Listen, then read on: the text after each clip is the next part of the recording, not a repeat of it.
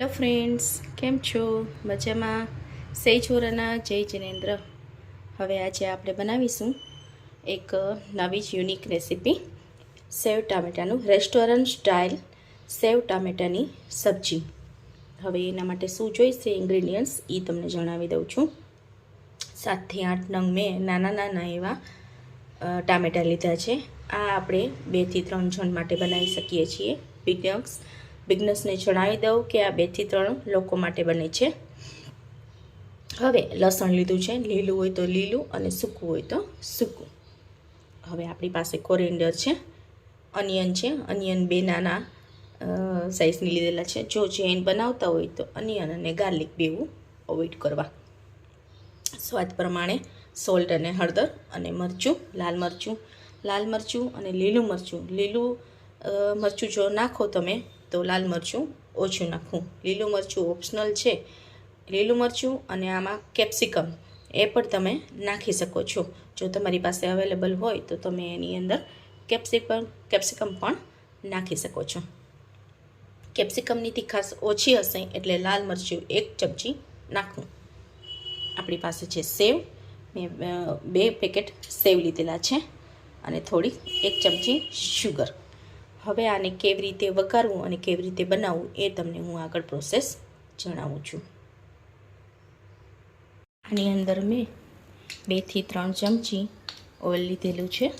Oil થોડું વધારે રાખવાનું છે જેથી કરીને એડજસ્ટ થઈ જશે એની અંદર ઓઇલ, તો થોડું વધારે જ લેવું. 3 ચમચી ઓઇલ લીધેલું છે અને એની અંદર મેં નાનકડી 1 ચમચી રાઈ નાખેલી છે અને ગેસની ફ્લેમ હાઈ રાખેલી છે. રાઈ તતડે એટલી વાર હાઈ ફ્લેમ રાખવાની છે. હવે ફ્લેમ ધીમી કરી દઉં છું. હવે આપણા અંદર રાઈ તતડી ગઈ છે. આપણા ટામેટાં એડ કરી દઈશું એની અંદર.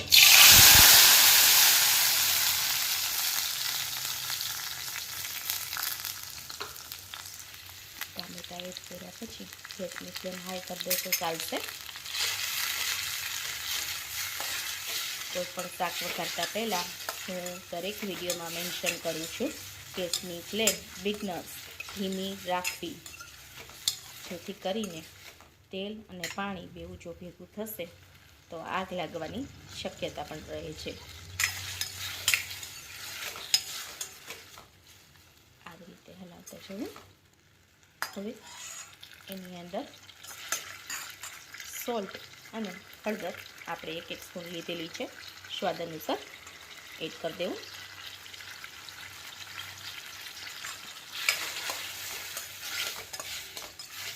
ગેસની ફ્લેમ હાઈ જ રાખેલી છે. ગેસની ફ્લેમ જોતા જવું અને વધતા ઓછા પ્રમાણમાં ધીમું અને ફાસ્ટ કરતું જવું.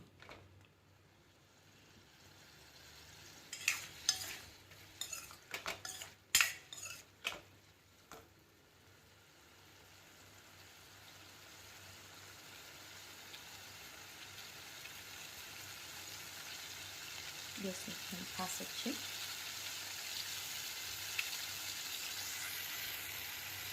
ગેસની ફ્લેમ હાઈ કરી દેવી.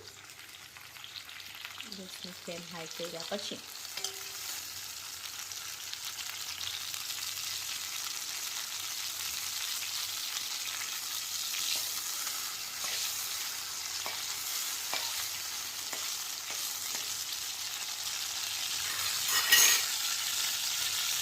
લીલું લસણ એડ કરી દેવું સાઈડમાં.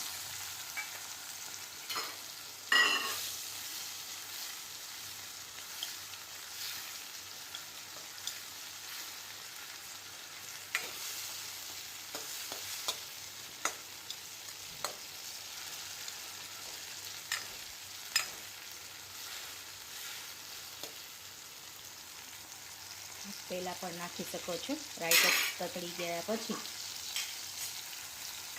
કાંદા અને લસણ બેવું પહેલાં પણ એડ કરી શકો છો અને ટામેટાં વઘાર્યા પછી પણ એડ કરશો તો પણ ટેસ્ટમાં કંઈ ફરક નહીં પડે. આવી રીતે હાઈ ફ્લેમ ઉપર હલાવતા જવું એને.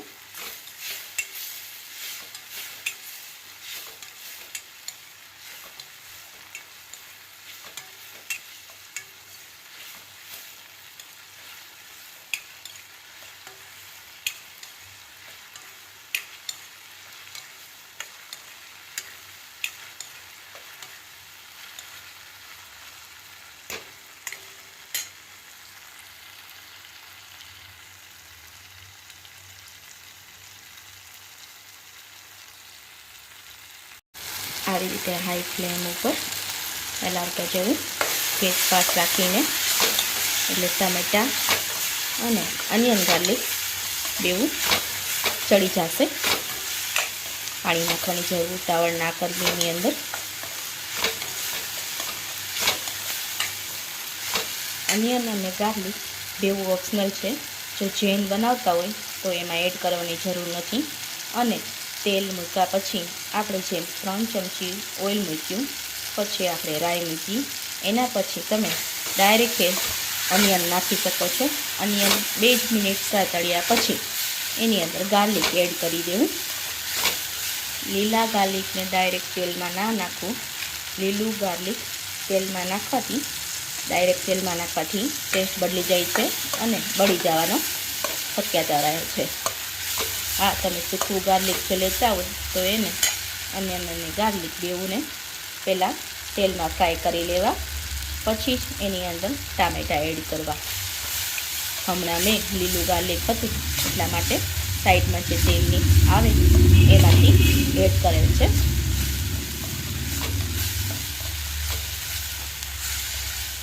ટામેટાં એડ કર્યા પછી આપણે સોલ્ટ અને હળદર બેવું એડ કરી દીધા હતા. કોઈ વસ્તુ આગળ પાછળ નખાઈ જાય તો પણ ચાલશે. અનિયન, ગાર્લિક અને ટામેટાં ત્રણેય વસ્તુ અંદર પહેલાં નખાઈ ગઈ પછી તમે એની અંદર હળદર અને સોલ્ટ બેવું નાખશો તો પણ ચાલશે. હવે આપણા ટામેટાં અને અનિયન ગાર્લિક બેવું ચડી ગયા છે. 1 ચમચી ટેસ્ટ પ્રમાણે હું એની અંદર મરચું એડ કરીશ. આ જોઈ શકો છો.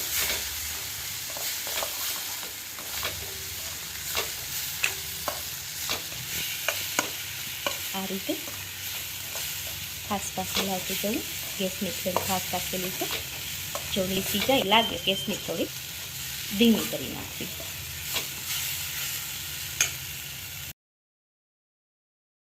લાગે પછી આની જો ટમેટાનું પાણી પણ બળી ગયું છે અને તેલ પણ છૂટું પડી ગયું. મસાલાનો એક ઓપ્શનલ. હવે અંદર ગરમ જો નાખવો હોય તો ત્યારે એની અંદર ગરમ મસાલો નાખી દેવો. હવે આપણે એની અંદર થોડું પાણી એડ કરશું. ગેસની ફ્લેમ મેં ધીમી કરી દીધી હતી 2 મિનિટ માટે. ગેસની ફ્લેમ ફાસ્ટ કરીને એની અંદર ધીમે ધીમે થોડું પાણી એડ કરી દેવું.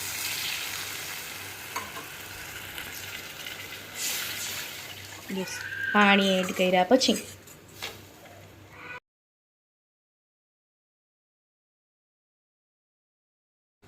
એની અંદર પાણી એડ કર્યા પછી 2 મિનિટ માટે ઉભરો આવવા દેવું એનું. આ જે બબલ્સ થાય છે, બબલ્સ થવા દેવા એની અંદર. હવે હું એની અંદર શુગર એડ કરું છું. 1 ટેબલ સ્પૂન આપણે શુગર લીધેલી હતી એ શુગર એડ કરું છું.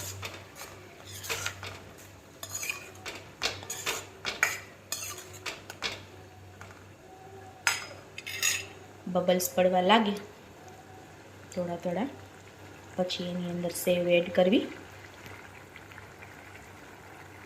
કોરિએન્ડર નાખવાની ઉતાવળ ના કરવી. ગેસની ફ્લેમ બંધ થયા પછી જ એની અંદર કોરિએન્ડર નાખવું.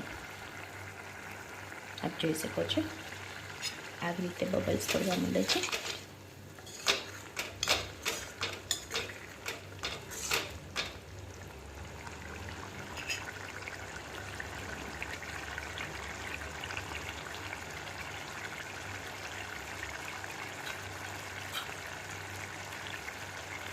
થોડું મરચું જો ઓછું લાગતું હોય તો ઉપરથી તમે હવે અત્યારે એડ કરી શકો છો. જો તીખું ભાવતું હોય તો વધારે મરચું નાખશો તો પણ ચાલશે. અને નાના બાળકો માટે બનાવતા હોય તો મરચું ઓછું નાખવું અને લીલું મરચું પણ ઓછું નાખવું. હવે આપણે આની અંદર સેવ એડ કરીશું. સેવ થોડી કરીને એડ કરવી. એકી સાથે બધી ના નાખી દેવી, જેથી કરીને સેવનું પ્રપોર્શન વધી જાય. એટલા માટે ધીમે ધીમે કરીને નાખી. હવે આપ જોઈ શકો છો. જો